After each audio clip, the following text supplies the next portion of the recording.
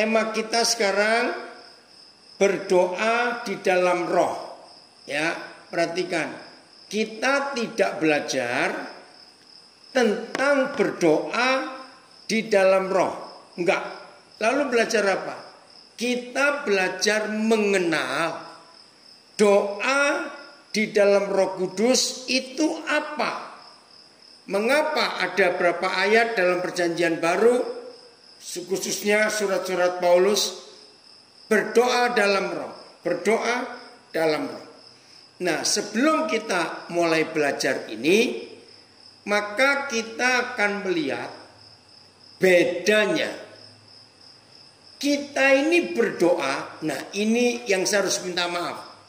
90% lebih khotbah-khotbah tentang doa, saya ulangi lagi 90% lebih khotbah-khotbah di gereja tentang doa, itu penekanannya, ya dengar baik-baik ini, penekanannya adalah bagaimana doa kita dijawab oleh Tuhan. Itu 90% lebih. Doa yang dijawab oleh Tuhan itu bagaimana? Nah, itu yang sering kita dengar tentang doa dan sejenisnya. Bagaimana doa kita itu benar-benar ajaib, benar-benar dahsyat. Lalu semua kita doakan itu terjawab, terjadi. Bukan begitu. Yang benar adalah berdoa dalam roh, itu kita belajar berdoa sebagai teman sekerja Tuhan. Saya ulangi, kita berdoa sebagai teman sekerja Tuhan. Bukan doa yang berkuasa, doa yang ajaib, bukan. Tapi berdoa menjadi teman sekerja Tuhan. Jadi berdoa dalam roh itu tidak belajar tentang bagaimana doa kita itu doa yang mujizat, doa yang berkuasa, doa yang bisa memindahkan surga ke dunia, doa yang bisa menghancurkan kuasa iblis, berdoa yang menghasilkan mujizat. Bukan itu. Saudara, kalau penekanan kita berdoa di dalam roh, supaya doa kita itu doa yang berkuasa, doa mujizat, doa yang macam-macam lagi, izinkan saya mengatakan kalimat ini. Oh, Instagram juga sempat drop. Oh, Tuhan tolong. Ya. Jadi sekarang gimana Instagramnya? Kalau Instagram saya nggak bisa ngelihat ini. Oke ya, saya lanjutkan dulu. Maaf. Kalau kita belajar tentang doa-doa yang maha kuasa, doa yang mendatangkan mujizat, doa yang punya kuasa hebat, saya akan punya kalimat ini. Maka tanpa kita sadar, tolong dicatat, tanpa kita sadar, kita menjadi perampok-perampok surga. Aduh, ngeri sekali. Ya Eko, di Kalibobo juga begitu ya. Aduh, mati lagi. Nah, kita jadi perampok-perampok surga kalau kita hanya minta mujizat, doa yang berkuasa. Padahal doa yang benar, kita ini berdoa menjadi teman sekerja Tuhan. Bukan asal doa. Bukan asal nyerocos. Baik, kita mulai dengan Roma pasal 8. Ayat yang ke-26. Demikian juga roh membantu kita dalam kelemahan kita. Jadi Roh Kudus membantu kita dalam kelemahan kita. Sebab kita tidak tahu bagaimana sebenarnya harus berdoa. Tetapi Roh sendiri berdoa untuk kita Oh, terima kasih Tuhan. Roh sendiri berdoa untuk kita. Doa yang bagaimana? Berdoa untuk kita kepada Tuhan dengan keluhan-keluhan yang tidak terucapkan. Saya baca terjemahan lain. Demikianlah Roh menolong kita dalam kelemahan kita, sebab kita tidak tahu apa yang seharusnya kita doakan. Tetapi Roh sendiri yang bersyafaat, ya, demi kita dengan keluhan-keluhan yang tidak dapat diungkapkan dengan kata-kata.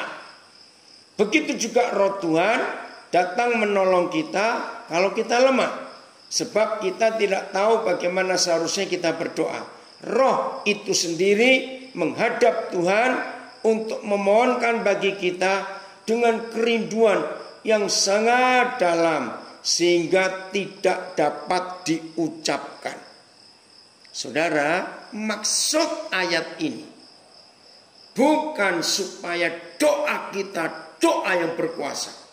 Maksud Roma 8:26 bukan membuat kita dalam tanda kutip menjadi orang sakti di dalam doa. Bukan. Roh Kudus itu menolong kita untuk, oh ada suara siapa? Matikan, maaf ya. Ya, speakernya.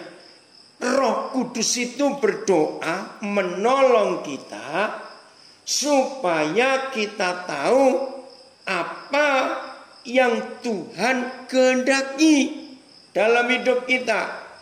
Cek, tayangkan lagi. Oke. Ini jadi pakai yang di IG saja kalau harus dimatikan. Ya. Demikian juga Roh membantu kita dalam kelemahan kita, sebab kita tidak tahu bagaimana sebenarnya harus berdoa. Jadi bukan supaya doa kita sakti, doa kita datang mujizat, tidak. Supaya kita tahu bagaimana sebenarnya harus berdoa. Yaitu berdoa supaya kita kenal kehendak Tuhan. Ayat 27. Ayat 27. Sebab, maaf. Dan Tuhan, ya lihat ayat 27. Dan Tuhan yang menyelidiki hati nurani, mengetahui maksud Roh itu, bahwa Ia, yaitu Roh Kudus, sesuai dengan kehendak Tuhan berdoa untuk orang-orang kudus, yaitu kita. Ayat saya baca. Dan Dia yang menyelidiki hati mengetahui apa yang ada dalam pikiran Roh itu, karena Roh bersyafaat bagi orang-orang kudus sesuai dengan kehendak Tuhan. BIS. Maka Tuhan yang mengetahui isi hati manusia mengerti kemauan Roh itu, sebab Roh itu memohon kepada Tuhan untuk umat Tuhan. Perhatikan penekanannya. Sesuai dengan kemauan Tuhan. Oke, saya akan ulangi baca 3 terjemahan ini. Pertama, terjemahan baru. Sesuai dengan kehendak Tuhan. AYT, sesuai dengan kehendak Tuhan. BIS, sesuai dengan kemauan Tuhan. MILT, menurut Tuhan. Dia bersyafaat. Roh Kudus itu. Selbir, sebab Roh itu berdoa untuk orang-orang saleh sesuai dengan kehendak Tuhan. Jadi saya ngomong ya kepada rekan-rekan pengkhotbah, rekan-rekan pendeta, maaf. Jangan mengajarkan konsep yang salah. Yang membuat jemaat jadi salah. Salahnya di mana? Salahnya kita mengajar berdoa supaya doanya sakti, doa berkuasa, tapi tidak menekankan. Dengarkan ini, tetapi tidak menekankan bagaimana berdoa yang sesuai, yang menurut kemauan Tuhan, kehendak Tuhan. Ini yang hampir tidak pernah ditekankan. Bahkan tidak sedikit pengkhotbah berkata begini, yakin saudara, kalau saudara sudah rajin puasa dan puasanya rutin, yakin Tuhan pasti menjawab doa saudara. Aduh, itu ngaco. Bukan begitu. Ini masih lumayan. Ada yang lebih ngaco lagi. Maafkan saya. Apa itu? Selama saudara rajin membayar perpuluhan, Tuhan pasti menjawab doa saudara. Itu penyesatan saudara. Saya ulangi, itu penyesatan. Jadi supaya Tuhan menjawab doa kita, kita suap Tuhan, kita sogok Tuhan, kita bayar Tuhan dengan perpuluhan kita. Ini penyesatan habis-habisan. Tidak. Maka itu jangan hanya membaca Roma 8 ayat 26, jangan. Tetapi baca ayat 27-nya juga. Aduh saudara, ngeri sekali. Jadi penekanan doa dalam roh, tujuan utama supaya kita kalau berdoa itu bisa sesuai, bisa cocok dengan kehendak Tuhan, menurut keinginan Tuhan, seturut dengan kemauan Tuhan. Jangan lupa penekanannya di sini. Jadi tetap taat, tetap nurut kepada kemauan Tuhan. Sekarang bayangkan, kalau khotbah-khotbah itu betul-betul dijawab oleh Tuhan,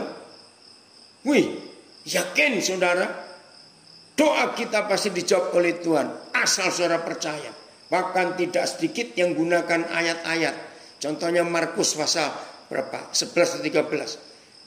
Mengucap syukur dalam doa dan percaya seolah-olah kamu sudah menerimanya. Itu ngeri sekali. Maka Tuhan pasti menjawab. Saya tanya, kalau semua doa kita harus Tuhan jawab, pertanyaannya, yang jadi Tuhan akhirnya siapa? Loh betul tidak? Tidak siapa yang jadi Tuhan pada akhirnya. Ngeri sekali. Maka itu kalau kita tetap membuat Tuhan itu Tuhan, ya kita harus respect dong pada kita. Kita harus percaya bahwa doa yang dijawab adalah yang sesuai dengan kehendak Tuhan. Supaya saudara yakin. 1 Yohanes 5 ayat 14. 1 Yohanes 5 ayat yang ke-14. Coba kita lihat. Jadi enggak semua doa didengar oleh Tuhan dan dijawab oleh Tuhan, tidak. Hanya yang sesuai dengan kehendak Tuhan. 1 Yohanes 5 ayat yang ke-14. Dan inilah keberanian percaya kita kepadanya, yaitu bahwa Ia mengabulkan doa kita jikalau kita meminta sesuatu kepadanya menurut kehendaknya. Puji Tuhan. ada jaminan. Doa yang dikabulkan, doa yang dijawab adalah doa yang sesuai, yang seturut kehendak Bapa. Jadi kesimpulannya,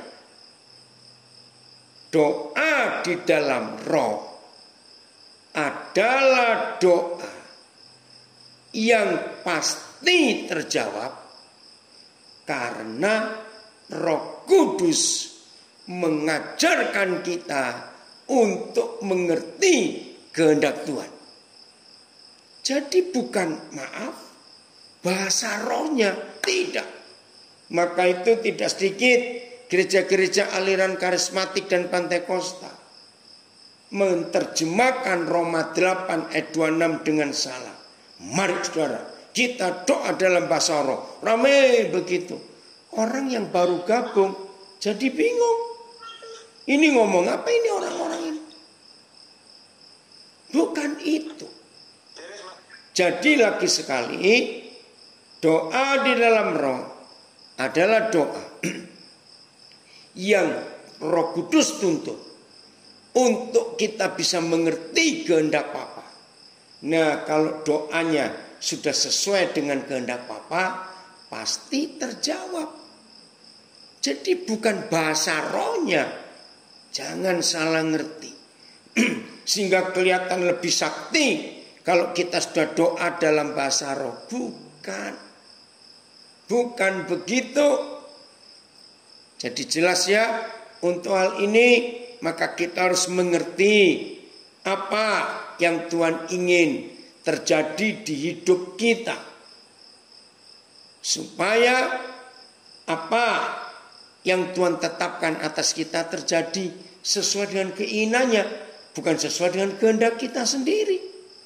Nah, jadi kita tahu bersama-sama dengan Roh Kudus, nanti Roh Kudus akan menunjukkan kepada kita apa yang sesuai dengan kehendak Tuhan.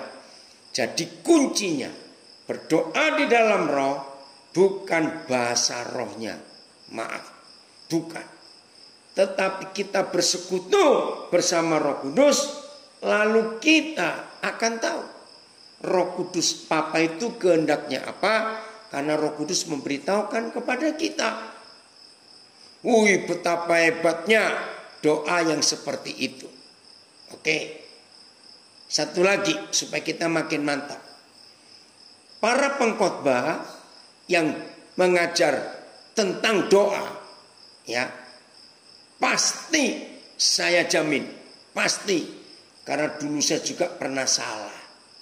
Pengkhotbah yang mengajarkan tentang doa, doa yang mujizat, doa yang berkuasa, doa yang sakti, doa yang cepat didengar oleh Tuhan, pasti ayat ini enggak akan dilupakan. Yakobus 5 ayat 16. Mari kita lihat ayat itu.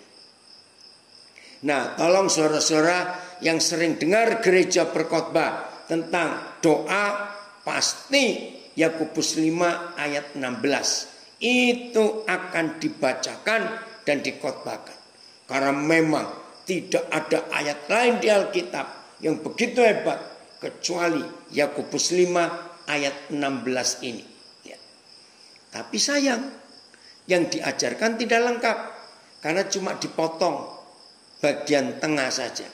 Di sini biasanya para pengkhotbah yang mengkhotbahkan doa, dan kalau membacakan Yakobus 5:16 pasti di kalimat ini.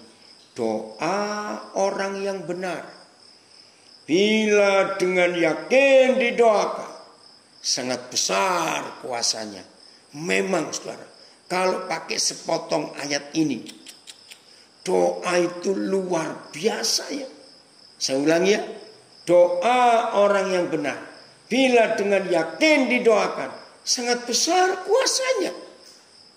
Siapa enggak suka? Saya baca ayat. Doa orang benar yang dinaikkan dengan sungguh-sungguh, sangat besar kuasanya. Terjemahan lama. Adapun doa orang yang benar dengan bersungguh-sungguh hati, itu besar khasiatnya. BIS. Doa orang yang, nah ini beda BIS-nya.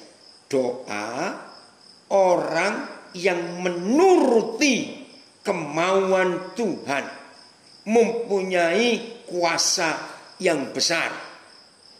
Maaf, jadi nggak asal nyerocos, yang menuruti kemauan Tuhan. MLT, doa orang yang benar ketika bekerja memiliki kekuatan yang besar. Wih, hebat sekali. Nah, kita hampir, maaf ya, saya ingin saudara jujur, yang gabung di Instagram dan di Zoom, yang belum pernah mendengar saya mengajarkan ayat ini, saya beri pertanyaan begini. Kira-kira berapa kali saudara mendengar ada pengkhotbah mengkhotbahkan Yakobus 5:16, tapi dibaca dan diterangkan dengan lengkap dari kalimat pertama ayat 16. Maaf, saya bukan mau menjelekkan, tidak, hanya untuk meyakinkan saudara bahwa sedikit sekali pengkhotbah yang mengkhotbahkan Yakobus 5:16 itu dijelaskan dari kalimat yang pertama. Ayo. Nah, hari ini kita akan tahu begini seharusnya bagaimana kita bisa menjadi orang benar. Karena kan kuncinya doa orang benar. Kuncinya itu pada posisi orang benar, bukan pada nyerocosnya doa, bukan. Tapi kita ini bagaimana bisa menjadi orang benar. Hampir tidak ada pengkhotbah yang menjelaskan ini. Maka itu tidak sedikit orang Kristen kecewa dengan Tuhan. Itu dia, sehingga doanya enggak dijawab.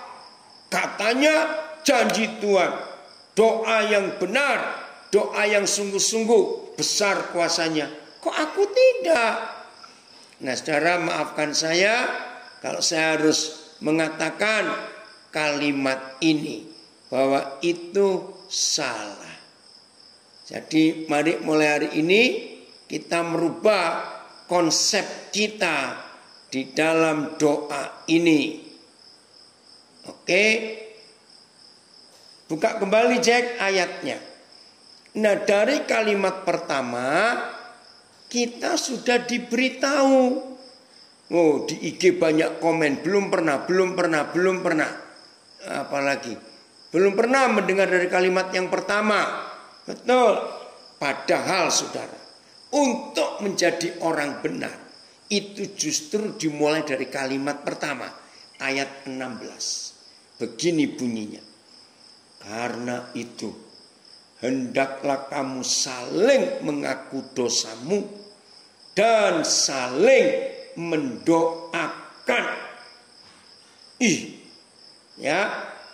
Saling mengaku dosamu dan saling mendoakan supaya kamu benar. Tapi terjemahannya supaya kamu sembuh. Terjemahan lama supaya kamu selamat. Terjemahan AYT supaya kamu sembuh. BIS supaya kalian disembuhkan. Supaya MLT dapat disembuhkan juga. Oke. Saudara, sembuh dengan benar itu tidak beda, itu sama. Cuma dalam konsep bahasa Indonesia jelas beda sembuh dengan benar. Sembuh itu kan dari sakit, sehingga sembuh. Benar itu kan karena tidak salah. Nah, itu yang membuat rancu ayat ini nggak pernah disambung. Padahal benar dengan sembuh itu sebetulnya sama. Ya, kata selamat saya pakai tadi itu ya. Salah satu terjemahan pakai kata supaya kamu selamat. Saudara, sembuh itu tidak hanya sembuh secara fisik, tidak. Tolong perhatikan, sembuh itu secara roh. Harus sembuh roh kita. Begitu pula jiwa kita harus sembuh. Nah, kalau orang itu rohnya sembuh, jiwanya sembuh, fisiknya sembuh, maka orang itu benar di mata Tuhan. Karena kata sembuh itu tidak ada penyakit, hidupnya bersih, hidupnya sehat. Nah, kalau dimengerti dengan kalimat ini, maka kita nggak rancu. Oke, saya mau baca dengan cara yang begini. Kalau kita mau pakai kata sembuh, maka begini. Hendaklah kamu saling mengaku dosamu dan saling mendoakan supaya kamu sembuh. Dan doa orang yang sudah sembuh bila dengan yakin didoakan besar kuasanya. Jadi harus sembuh dulu. Sembuh nggak cuma fisik. Percuma fisiknya sehat. Tapi rohnya sakit-sakitan. Karena ada kejahatan, ada dosa. Jiwa kita nggak sehat. Percuma. Nah, kalau mau pakai kata benar, begini bacanya. Hendaklah kamu saling mengaku dosamu dan saling mendoakan supaya kamu benar. Doa orang yang benar bila dengan yakin didoakan, bila dengan yakin maka besar kuasanya.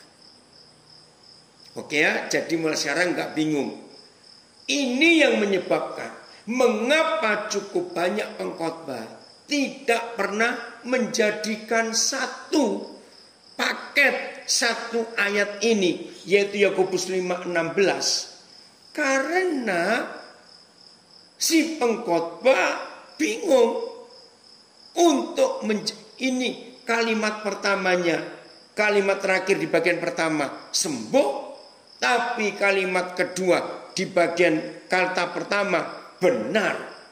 Jadi nggak nyambung, maka itu nggak pernah diterangkan sekaligus, cuma dibaca sepotong saja. Yang bagian B, hari ini kita harus bertobat. Sekarang jelas, dengarkan baik-baik. Wih saudara, ternyata sulit menjadi orang benar supaya doa kita berkuasa. Loh, kenapa sulit? Serius, saya mengakui sulit. Oke, makasih ya Pak Joko.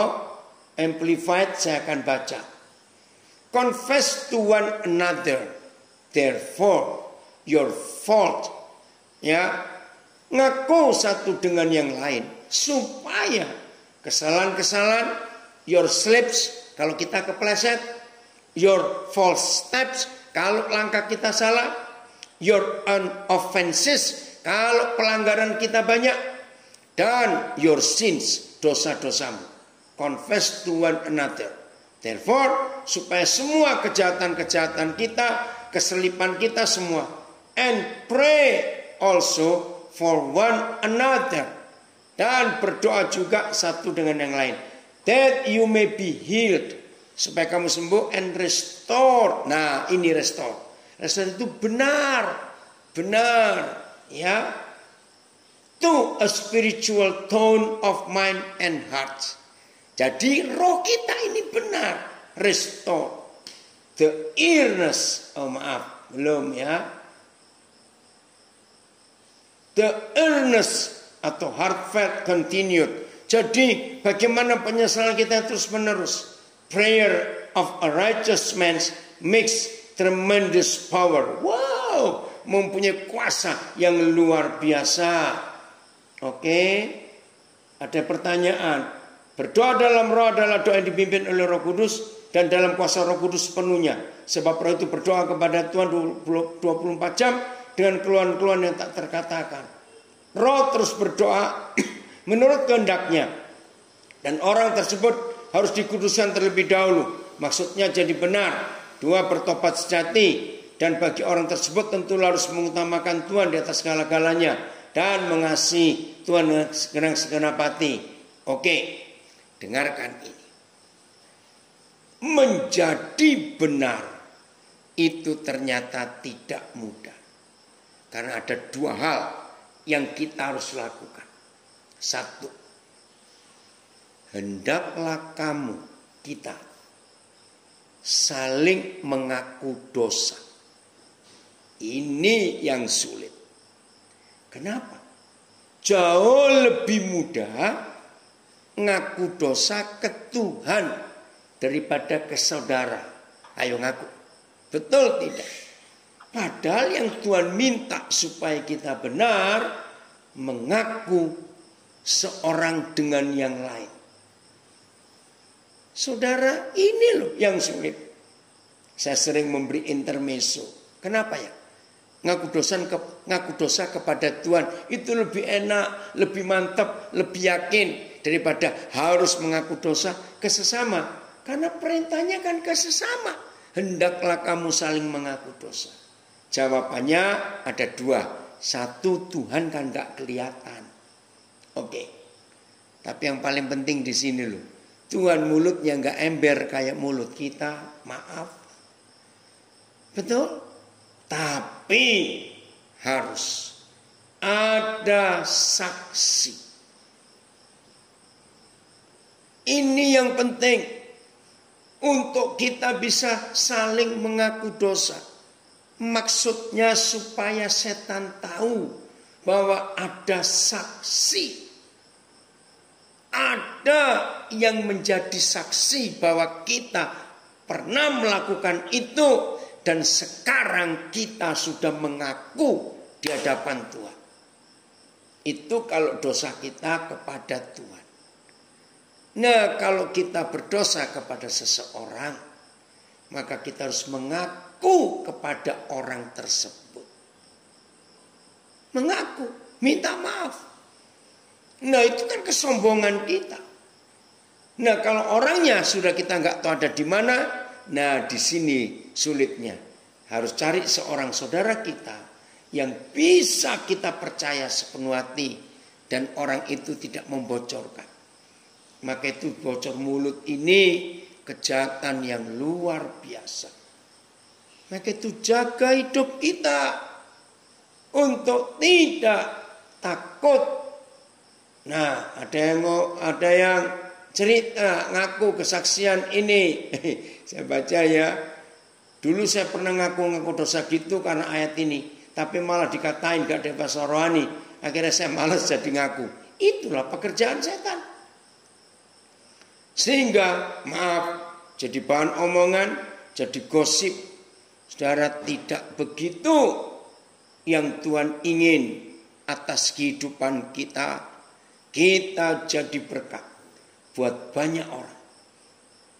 Nah, ini kalau pakai istilah psikologi. Ya, kalau pakai istilah psikologi itu begini. Saya belajar dari Yakobus 5 ayat 16 ini. Saudara pernah sadar enggak sih? Binatang-binatang itu hanya sebagian kecil jenis binatang yang menghasilkan sampah. Salah satu contoh, tikus. Itu binatang penghasil sampah. Tapi 99 sekian persen binatang itu tidak penghasil sampah. Manusia ini penghasil sampah. Setuju? Nah, ini istilah psikologis yang saya temukan lewat Yakobus 5 ayat 16. Ternyata manusia hidup ini butuh tempat sampah. Karena kita ini penghasil sampah. Supaya sampah bisa dibuang pada tempatnya. Kalau tidak itu jadi penyakit. Nah sekarang bayangkan. Kalau kita punya sampah, kita nggak punya tempat untuk membuang, kan jadi penyakit. Penyakit ke diri yang ciptakan sampah, juga penyakit kepada orang-orang yang ada di sekitarnya. Karena dia bawa sampah-sampah selama dia hidup. Aduh, mengerikan sekali. Nah, Yakobus 5:16 inilah. Dalam hidup kita sebagai gereja Tuhan, sebagai komunitas, tolong perhatikan, sebagai komunitas, maka dalam hidup kita harus ada orang-orang, dengar, yang mau jadi tong sampah. Masih ada orang enggak? Harus mau jadi tong sampah. Kalau tidak, kasihan orang-orang itu yang sampahnya sudah numpuk. Wih, ngeri sekali. Keren ya, Alkitab ini keren sekali. Maka itu perlu dalam hidup kita, supaya kita jadi orang benar. Ayo keluarkan dan buang sampah-sampah yang ada di hidup kita ini. Dan ternyata enggak cukup hanya mengaku kepada Tuhan, tidak cukup. Harus cari seseorang yang kita percaya. Kalau salah kita kepada Tuhan, cukup ngaku kepada Tuhan, dia mengampuni. Tapi kalau salah kita kepada manusia, maka kita harus cari orang untuk membuang tempat sampah itu. Karena kita salah pada orang dan kita minta ampun, mengaku salah kepada dia, kepada lewat orang itu, lalu saling mendoakan supaya kamu benar. Nah, saudara, cuma ada satu model orang yang tidak bisa jadi benar selama dia hidup. Catat, setelah kita mempelajari Yakobus 5:16, maka Roh Kudus pun tidak bisa berdoa untuk orang yang sombong. Loh, apa hubungannya? Aduh, sombong itu pasti adalah orang yang tidak pernah mengaku bahwa dia pernah salah, bisa salah, dan akan salah. Orang sombong tidak. Tiap kali ketahuan dia salah, langsung dia ngeles. Pakai kalimat, oh maksudku itu nggak begitu tadi. Nah ini loh orang sombong. Sudah salah ya akui salah lah. Nggak usah pakai alasan, oh maksudku nggak begitu. Untuk apa? Memang kita manusia yang bisa salah. Bahkan kalau saya berkata, yang sering salah. Betul tidak? Maka itu dalam hidup kita jangan sombong. Maka itu saya katakan, yang tidak bisa jadi orang benar, ya pantas dia nggak bisa jadi orang benar. Karena dia sombong. Orang sombong kan kebencian Tuhan. Betul tidak? Nah maka itu mulai hari ini jangan sombong. Saling mengaku dosa itu justru akan menunjukkan kerendahan hati kita. Terima kasih Bapak, sehingga kita tidak akan dicap atau dituding sombong. Kalau sombong pasti nggak benar loh hidupnya. Aduh, ini dia. Ada yang tanya dari Nabire ini. Jika saya mengaku dosa, tapi kalau orang yang tidak mau terima bagaimana? Ya sudah, kalau tidak mau terima, yang penting sudah ngaku, sudah minta maaf. Apalagi sering diungkit-ungkit, nggak apa-apa, ampuni orang itu. Ya, karena yang penting kita sudah mengaku dosa kita. Cari saudara yang lain untuk saling mendoakan. Nah sekarang kita tahu ya, doa orang yang benar bila dengan yakin didoakan, maka itu besar kuasanya. Wah, luar biasa kalau doa yang seperti itu. Jadi mulai hari ini kita harus tahu ya, bagaimana cara kita menjadi benar. Cari orang yang Tuhan, yang kita bisa percaya, dan janjinya harus makin hari makin banyak di antara kita jadi tempat sampah, jadi tong sampah untuk yang lain. Pasti ada yang tanya. Nah terus kalau kita jadi tong sampah, sampah yang kita terima dari orang lain buang kemana? Itu pertanyaan penting dan itu pertanyaan yang bagus. Karena saya hampir tiap hari ada saja orang yang titip sampah ke hidup saya. Saya pakai kata titip untuk saya buangkan. Wih, ini luar biasa pertanyaan saudara. Saya akan jawab lewat 1 Petrus 2 ayat 9. Ya, 1 Petrus 2 ayat yang ke-9. Masih ada yang nanyakan Alkitab?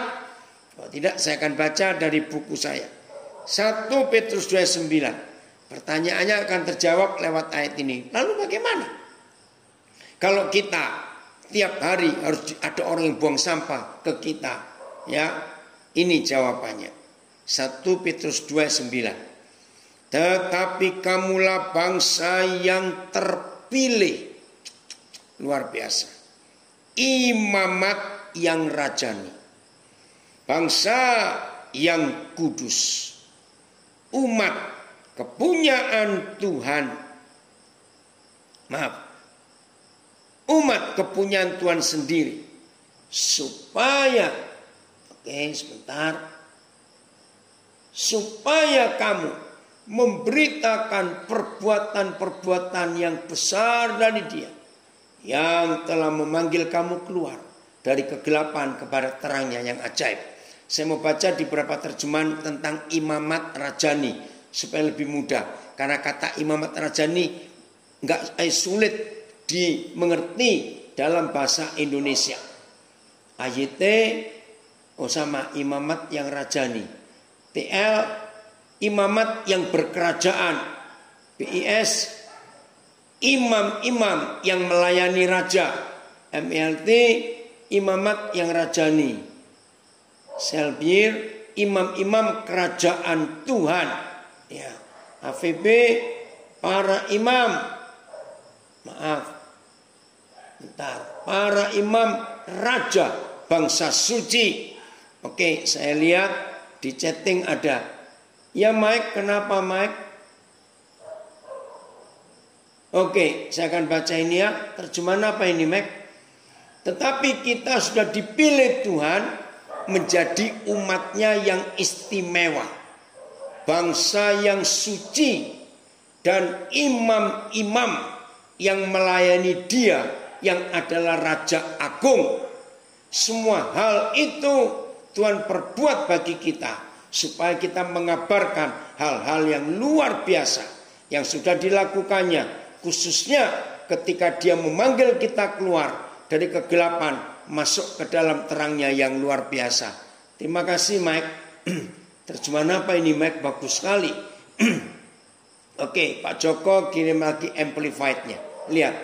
But you are a chosen race. Ya, bangsa, ras, a royal priesthood, a dedication nation, God's own purchased special people. Oke.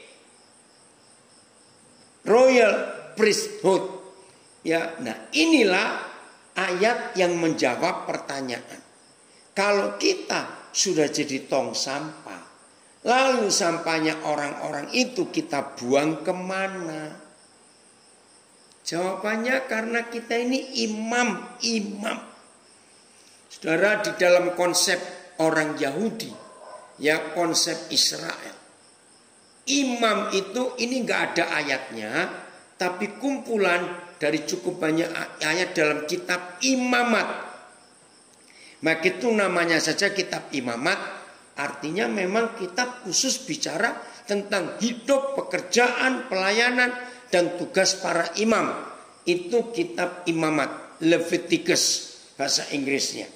Nah, di dalam kitab Imamat, kalau digambarkan posisi seorang imam itu tidak boleh duduk, harus berdiri. Nah, terus digambarkan, dilukiskan, dilakukan. Tangan kanan imam itu naik ke atas menengadah. Ya, lihat tangan saya. Ya, yang kanan. Nah, yang kiri, maaf, ini yang di Zoom dan di IG nggak bisa lihat ya karena saya duduk. Nah, yang tangan kiri imam itu terbuka juga, tapi turun ke bawah. Jadi bisa bayangkan tangan yang kanan terangkat, tangan yang kiri ada di bawah. Coba bayangkan sebentar. Mengapa imam-imam digambarkan kalau berdiri seperti itu? Tangan kanan ke atas, tangan kiri ke bawah. Kenapa? Ternyata tangan kiri itu menerima semua dosa, semua masalah, semua persoalan umat. Maka imam-imam itu tangan kirinya menerima keluhan masalah, itulah sampah-sampah umat di tangan kiri. Lalu setelah tangan kiri imam penuh, dia pindahkan ke tangan kanan. Jadi tangan kanan ini penuh dengan dosa, masalah, persoalan umat. Dan ini naik ke Bapa di surga. Ketika Yahweh Tuhan melihat tangan kita, sudah tangan kanan kita penuh dengan dosa, sampah, persoalan dari umat, Tuhan ambil, saudara. Sampah-sampah itu diambil oleh Tuhan dengan kuasa Roh Kudus dan dengan segala kekuasaannya. Maka sampah-sampah itu dihancurkan dalam hadiratnya oleh kuasa yang ajaib. Setelah tangan imam yang kanan itu kosong, diganti dengan berkat. Tangan kanan imam itu penuh dengan berkat. Setelah tangan kanan imam itu penuh dengan berkat, maka dipindahkan ke tangan kiri. Dan ingat, posisi tangan kiri ke bawah. Disitulah umat yang menantikan tong sampah ini tadi istilahnya ya, menaikkan itu ke surga. Begitu mereka tahu tangan kiri kita sudah penuh dengan berkat, maka mereka berhak untuk mengambil jatah mereka masing-masing dari tangan kiri kita ini. Waktu Roh Kudus mengajar saya seperti itu, saya menangis. Bapa, Engkau luar biasa. Ini doa di dalam roh. Bukan doa nyerocos sendiri. Terus berani bentak-bentak Tuhan lagi. Masih lumayan kalau cuma bentak-bentak, ngancam lagi. Dengan mengungkit-ungkit, Tuhan ingat loh Tuhan, perpuluhanku ini rajin. Masa Tuhan gak perhitungkan itu? Enak sekali kamu ngomong begitu. Maksudmu apa? Jelas ya saudara, Bapak kita luar biasa. Bapak kita hebat. Bapak kita dahsyat. Maka itu gak ada alasan untuk kita tidak mau menjadi orang benar. Tidak ada alasan untuk kita takut jadi orang benar. Tidak ada alasan untuk kita takut jadi tong sampah. Tidak ada alasan. Semuanya ada jalan keluarnya. Bapa kita luar biasa. Bayangkan kalau semua kehidupan seperti ini, saudara. Kehidupan murid-murid Tuhan Yesus menggenapi berdoa dalam roh dengan konsep, dengan pengertian. Bukan kita memaksa Tuhan untuk menjawab doa kita, tapi kita tahu Roh Kudus yang doa bersama kita dan kita doa bersama Dia. Roh Kudus itu yang paling tahu kehendak Bapa untuk masalah kita yang sekarang sedang kita hadapi itu apa. Jadi mulai hari ini rajin-rajinlah, latihlah untuk hidup berjalan di dalam Roh Kudus. Karena doa di dalam roh bukan ngomong bahasa roh, enggak. Ayat terakhir, Galatia 5 ayat 16. Galatia 5 ayat 16. Mari kita lihat. Oke. Galatia 5 ayat 16. Saya akan baca dari Alkitab saya. Erik, apa kabar kamu? Ini berapa kali Zoom SK pagi kamu nggak nongol? Sibuk Erik. Puji Tuhan. Makasih Erik, bukakan ini.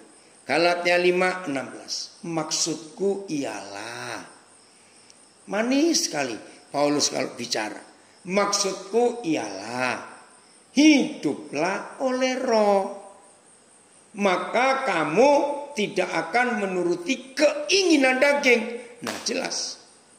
Jadi kalau saudara dan saya hidup oleh roh, maka yang kita lakukan bukan keinginan hawa nafsu daging kita. Ya otomatis kalau kita hidup oleh roh, yang kita lakukan ya keinginan Roh Kudus, keinginan Bapa. Nah kalau kita sudah hidup oleh roh, berarti kita nggak punya keinginan lagi buat diri sendiri. Doa kita doa sakti, saudara. Karena yang kita alami semuanya karena Roh Kudus, bukan karena keinginan kita. AYT. Jadi aku mengatakan, hiduplah dalam roh, maka kamu tidak akan melakukan hal-hal yang diinginkan oleh hawa nafsu kedagingan. BIS, maksud saya begini. Biarlah roh Tuhan membimbing kalian. Dan janganlah hidup menurut keinginan tabiat manusia. MLT. Dan aku berkata, hiduplah dalam roh, di dalam roh. Dan kamu sekali-kali tidak akan memenuhi keinginan daging. Maksud dari perkataanku ini adalah demikian. Biarkanlah roh memimpin kamu, maka keinginan duniawi tidak akan kamu penuhi. Ya, aku berkata, melangkahlah menurut roh, maka kamu tidak akan memuaskan keinginan sifat tabii. Ini pasal lama dari Mike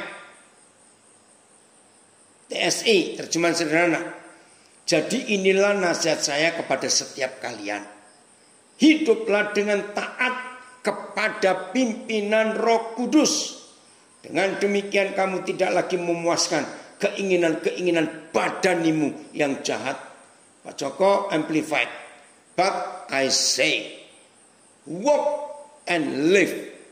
Aku katakan, berjalanlah dan hidup habitually, jadi kebiasaan, rutinitas in the Holy Spirit. Wah keren.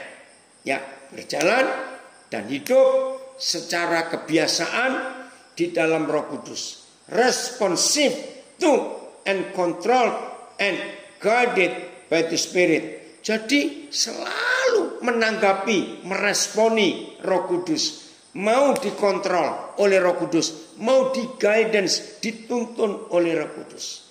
Then you will certainly not gratify the cravings and desires of the flesh. Maka kamu sungguh-sungguh gak akan pernah mau menuruti, di sini kata gratifikasi itu ada, gratify, ya, keinginan roh setan atau daging. Puji Tuhan. Jadi bagaimana supaya doa dalam roh kita sakti? Saya pakai kata sakti juga. Saudara dan saya harus mau hidup dikontrol oleh Roh Kudus. Hidup disetir oleh Roh Kudus. Cara kita berkata dikontrol Roh Kudus. Enggak asal nyerocos sendiri. Cara kita memandang sesuatu dalam pimpinan Roh Kudus. Cara kita mendengar sesuatu dan memutuskan sesuatu, Roh Kudus yang mengatur. Cara kita berpikir, ide-ide, pendapat-pendapat kita harus Roh Kudus yang menguasai. Perasaan kita, emosi kita harus Roh Kudus. The message, my counsel is this. Ya, kalau saya pakai bahasa Indonesia, aku ingin memperingatkan kalian. Live freely. Hiduplah dengan bebas, merdeka, animated and motivated by God's Spirit. Nah ini loh. Digambarkan, dipengaruhi, dimotivasi oleh Roh Tuhan. And you will not fit the compulsion of selfishness. Maka saudara tidak akan menuruti keinginan dagingmu, dirimu sendiri. Terima kasih Bapak. Jelas ya? Nah kalau saudara dan saya terlatih habitually mulai hari ini hidup diatur, dikontrol, dibimbing, disetir, dikuasai oleh Roh Kudus. Hidup ini luar biasa, indah sekali, menyenangkan. Maka Roh Kudus dengan gampang sekali nyetir kita karena kita nurut. Betul ya? Saudara pernah tahu nggak? Ini fakta. Ya saya sih nggak pernah ngalami. Pertama saya juga heran. Begini loh. Pernah saudara sadar? Ini ada hal yang aneh. Menolong orang yang hampir tenggelam. Itu kalau si orang yang nggak dibuat pingsan, jangan coba nolong. Ya, ini aneh. Ini hukum yang aneh. Tapi fakta. Menolong orang yang mau tenggelam. Itu orang kekuatannya bisa luar biasa. Aneh. Dan orang itu akan meronta. Walaupun didekati orang. Untuk ditolong. Gak bisa. Saya lama mempelajari. Kok bisa? Maka tidak ada cara lain. Pukul orang itu sekuat-kuatnya. Sampai dia pingsan. Baru kita bisa tolong. Nah. Ada yang pernah tahu nggak konsep itu? Saya pertama bingung. Oh ya, harus dipingsankan supaya nggak meronta. Tapi Roh Kudus nggak pernah buat begitu.